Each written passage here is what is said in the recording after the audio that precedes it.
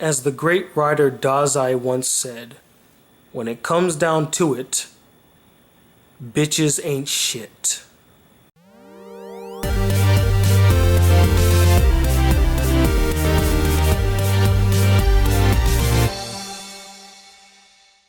Hey guys, the Black Critic Guy, and I'm here today to review the anime Tsuki ga Kirei. Now, Tsuki ga Kirei tells the simple, sweet, and awkwardly adorable love story of middle schoolers Kotaro and Akane who pursue their dreams and fall in love with each other. Now, I have been bombarded these past couple of days with a ton of comments and messages all asking and begging me to watch and review Tsuki ga Kirei. So much so that I could no longer ignore it, and I decided, you know what, fine, that will be the next anime I watch and review. And as an avid lover and supporter of the romance genre, I'm really glad I did, because this is everything that I love about the romance genre. The biggest strength of this anime, undoubtedly, is the sweet, innocent, and sometimes awkward relationship of Kotaro and Akane.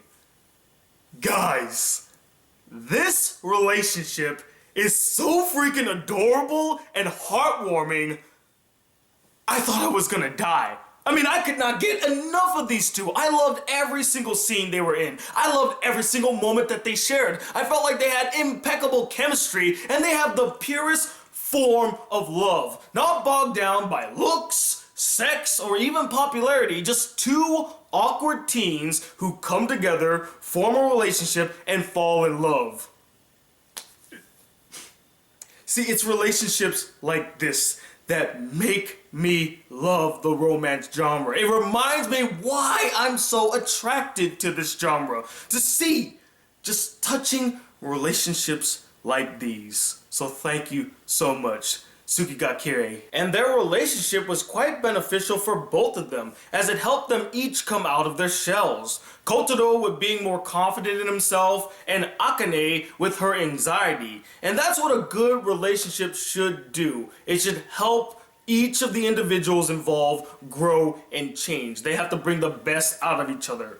And that's what Kotaro and Akane did. The side characters were a delight as well, serving their purpose as support and adding some levity to the anime, with a couple of them having some moments to shine. The two that stood out the most to me was Chinatsu and Roman. Chinatsu, Akane's friend and love rival, was a very interesting and fun character with a lot of charm to her, and I really liked her friendly relationship with Kotaro, and secretly, I did kind of root for her to end up with Kotaro. I was hoping that maybe the anime might buck the trend and make the main guy choose the supporting character, the side character, instead of the main girl character. But knowing most romances, that's not going to be the case. He's going to end up with the main girl character, which made me a little sad. But because the relationship that he had with Akane was so strong and dynamic, I was okay with it. Even though I kind of liked his relationship with Chinatsu, and I wish it could have gone somewhere. And then there's Roman. I liked Roman. I wish they developed him a bit more and gave him more to do, but he was a fun character. He always had a smile to his face. I liked his voice actor. He added a lot of flair to his performance, and his voice stood out the most to me in the entire anime, and I did like his friendly relationship with Kotaro too. He felt like out of the three friends, or the two friends that Kotaro had, he was the one that cared the most. He was the one that was more involved with his friend. He felt like a friend to Kotaro. The story is simplistic in nature, following all the beats of a typical romance story.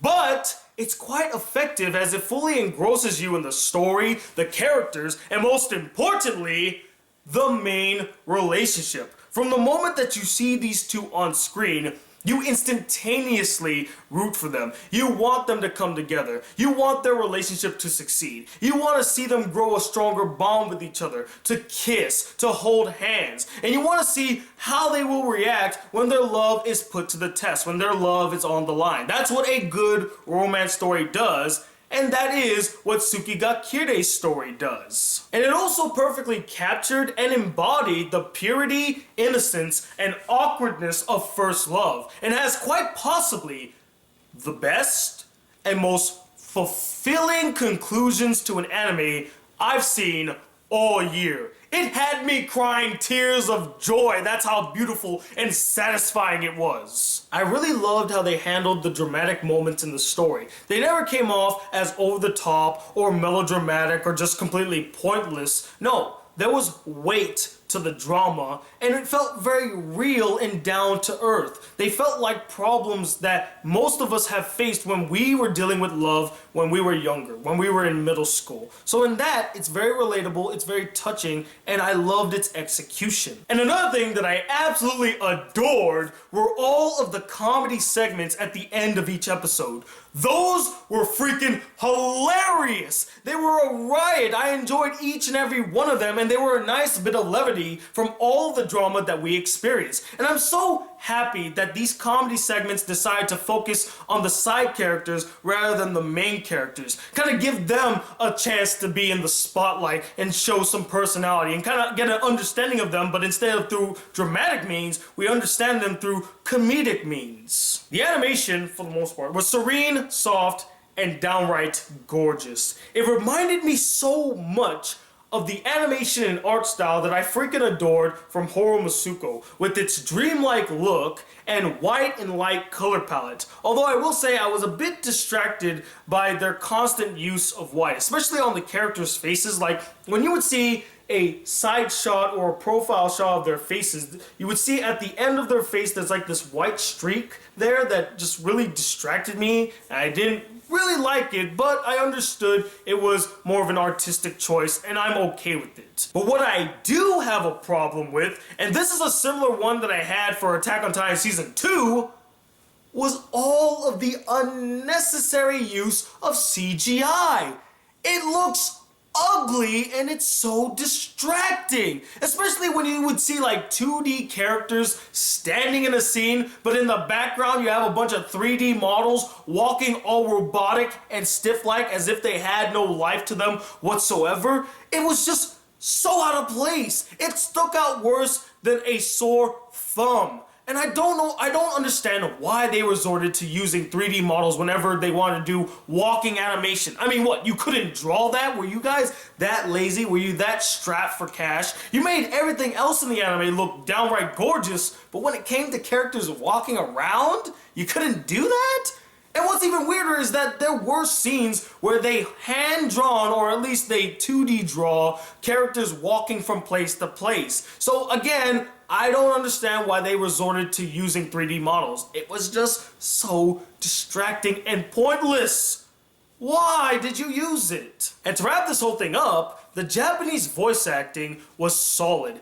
Everybody emoted very well, the performances in all the dramatic scenes were excellent and impactful, and everyone added their own charm and personality to their characters through their performances. I do have one tiny nitpick with the voice acting though, and that pertains to the voice actor for the main character, Kotaro. He does this weird and distracting thing where he will exhale so loudly, so audibly, and I was like, why does he keep doing that? He did that in every single episode. There was not one episode where he did not do that. In fact, sometimes he would do it multiple times in one episode. I think the most that I counted was like 15 times in one episode. And about 7 of those all took place in one scene.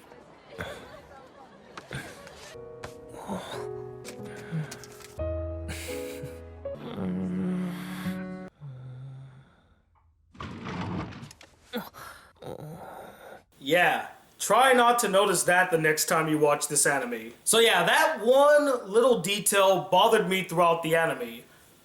But in a strange way, it sort of fits the flusteredness of this character, so it kind of worked. And who knows, maybe that was an intentional choice by the voice actor or even the voice director for him to make the character seem more unnerved and awkward and stuff. So either way, it's not a big problem.